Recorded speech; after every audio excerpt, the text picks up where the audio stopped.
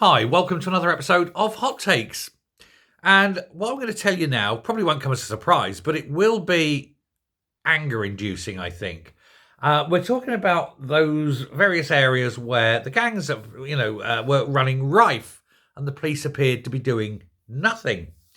Well, there's been a report, it's been leaked, and it shows that police officers were prioritising crimes like muggings and burglaries and robberies to hit Home Office targets rather than protecting the girls from the Muslim child rape gangs. South Yorkshire Police, they focused on crimes such as burglary and robbery to hit these targets during the early 2000s. This is according to a police watchdog investigation. The findings were in a report. The report was then covered up because the powers that be did not want people to realise what was going on.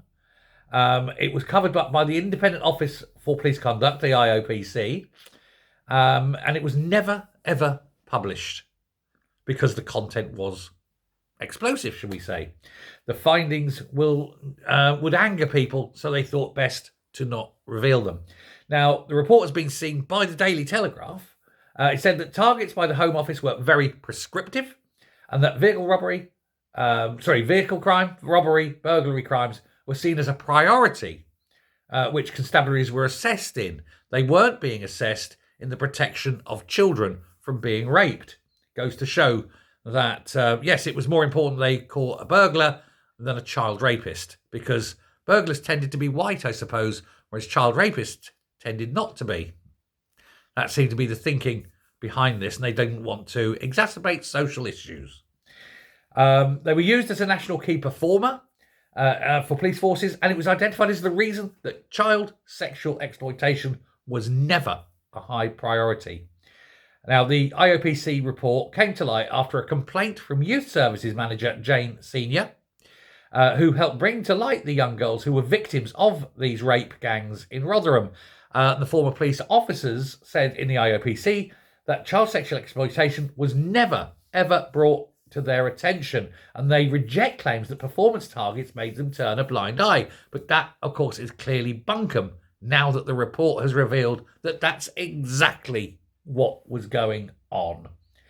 The report found that many of the men who were jailed for raping children were known to the South Yorkshire Police, and that they knew what was going on, but decided at the time it was not worth pursuing.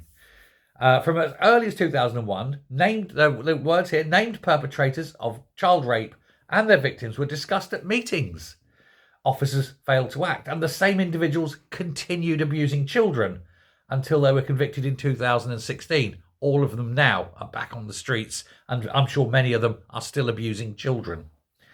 Ms. Senior said she felt under pressure from the IOPC not to talk about this, and she was threatened with legal action had she done so.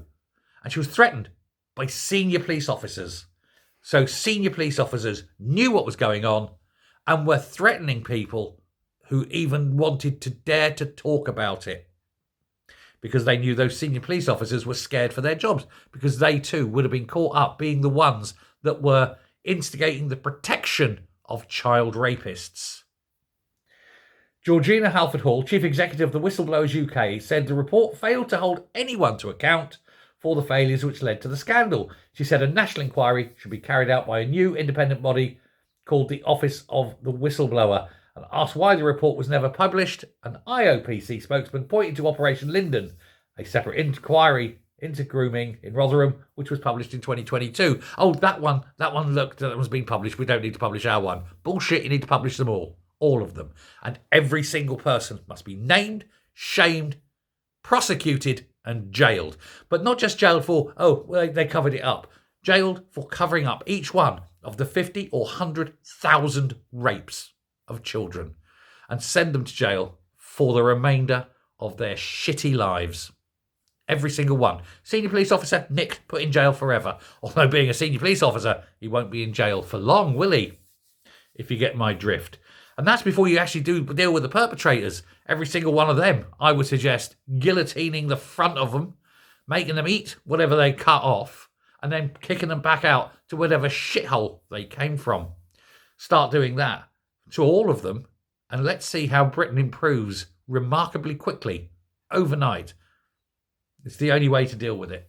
But you certainly don't deal with it by pandering to the people doing it and having cowards in position of power who dare not raise the issue and who would rather throw white working class girls to the wolves, quite literally. I'll just have some children to rape. We don't care about them. Just to keep the peace. Just rape children. It's okay. Seems to be the official line of the police. Why aren't they in jail? Why aren't they dangling from lampposts?